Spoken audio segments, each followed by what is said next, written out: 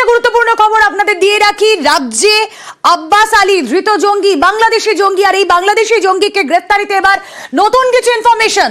বাংলাদেশে গা ঢাকা দেওয়ার ছক ছিল ধৃত আব্বাস আলীর। বাংলাদেশের অশান্তির জেরেই বানচাল ছক। ওপারে চম্পটের আগেই মুর্শিদাবাদের হরিহরপাড়ায় পাকড়াও। বাংলাদেশে যাওয়ার জন্য পাসপোর্টও তৈরি করেছিল আব্বাস। প্রণব প্রতিনিধি রয়েছেন আমাদের সঙ্গে। প্রণব, বাংলাদেশে অশান্তির জেরে সমস্ত ছক তার বানচাল হয়ে যায়, কিন্তু তার প্ল্যানটা ছিল কি এক্স্যাক্টলি?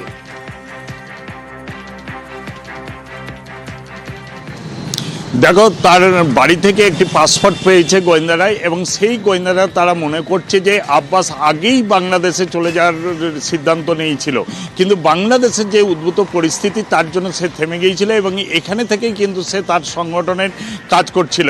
যদিও তার পরিবারের পক্ষ থেকে সে কথা মানতে নারাজ। সে বলেছে যে সে যেহেতু একটি মাদ্রাসা চালাতো, মাদ্রাসা নিয়েই ব্যস্ত থাকতো। তবে আব্বাসের মোবাইল থেকে ঘেটে একটি গ্রুপের সন্ধান পেয়েছে, যে গ্রুপে থেকে সে অনেক মধ্যরাত্রি অবধি কথা বলতো এবং দিনেও ব্যস্ত থাকতো বলেও কিন্তু যারা প্রতিবেশী তারা কিন্তু জানাচ্ছেন। এবং এই গ্রুপে কারা কারা ছিল সেটাও কিন্তু খোঁজ করে নেওয়া শুরু করেছে গোয়েন্দা দপ্তরের আধিকারিকরা।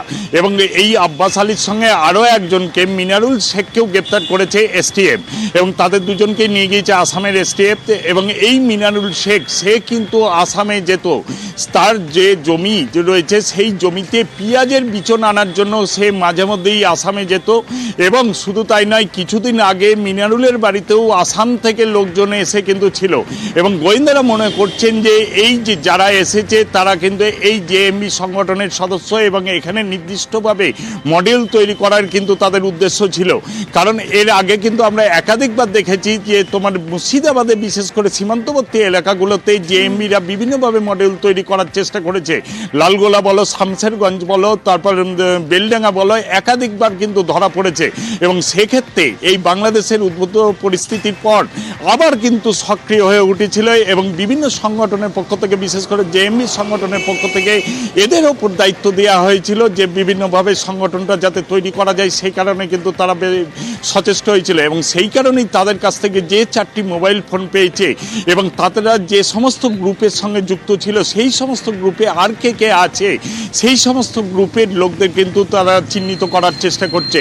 এবং বিশেষ করে যারা পরিযায়ী শ্রমিক, যারা বিশেষ করে তোমার মুর্শিদাবাদের বেশিরভাগ লোকই হচ্ছে কেরলে কাজ করে, নালে ব্যাঙ্গালোরে কাজ করে, সেই সমস্ত লোকদেরকে এরা টার্গেট করেছিল। সেই লোকদেরও কিন্তু চিহ্নিতকরণ করার চেষ্টা করছে গোয়েন্দারা। বেশ প্রণব, আমরা আর কি কি জানতে পারি, তাদেরকে জিজ্ঞাসাবাদ করে কি কি উঠে আসে অবশ্যই আমাদের নজর থাকবে।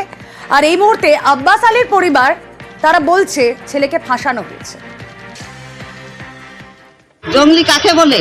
আমার ঘরে যে অত দুই শেয়ার ঢুকলো, সে শেয়ারা কি কিছু পেয়েছে? জঙ্গলিদের কোনো অস্ত্রপাতি পেয়েছে না কি পেয়েছে? ছেলির 2 নম্বরের মাল পেয়েছে, কি পেয়েছে আমার ছেলির ঘরে? প্রমাণটা কি? হ্যাঁ, প্রমাণটা কি আছে? আমার জঙ্গলি কি করি হয় আমার ছেলে? শুধু দুটো মোবাইলে তো লিছেন, তাছাড়া কি লিছেন? মোবাইল তো যার ঘরে খেয়ে নেয় তারও তো মোবাইল এখন থাকছে। কারোর সঙ্গে ঝগড়া বিবাদ কিছু করতো না, সঙ্গে সবার সঙ্গে ভালো ব্যবহার করে চলেছে ছেলে আমার। সেই ছেলে এত দূর কেন হয়? আব্বাস আলী কি হচ্ছে আপনার? আব্বাস আলী আমার ভাই। আমার ভাই কোনো জালিয়াতি বা কোনো অন্যায় ব্যবসায় নাই, জড়িত নাই।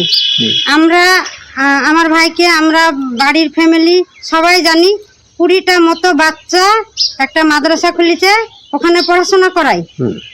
এটাই আমার ভাইয়ের মানে পেশা। মিথ্যা অভিযোগ দিয়ে আমার ভাইকে এরকম ভাবে একটা মানে ফাঁসিয়েছে।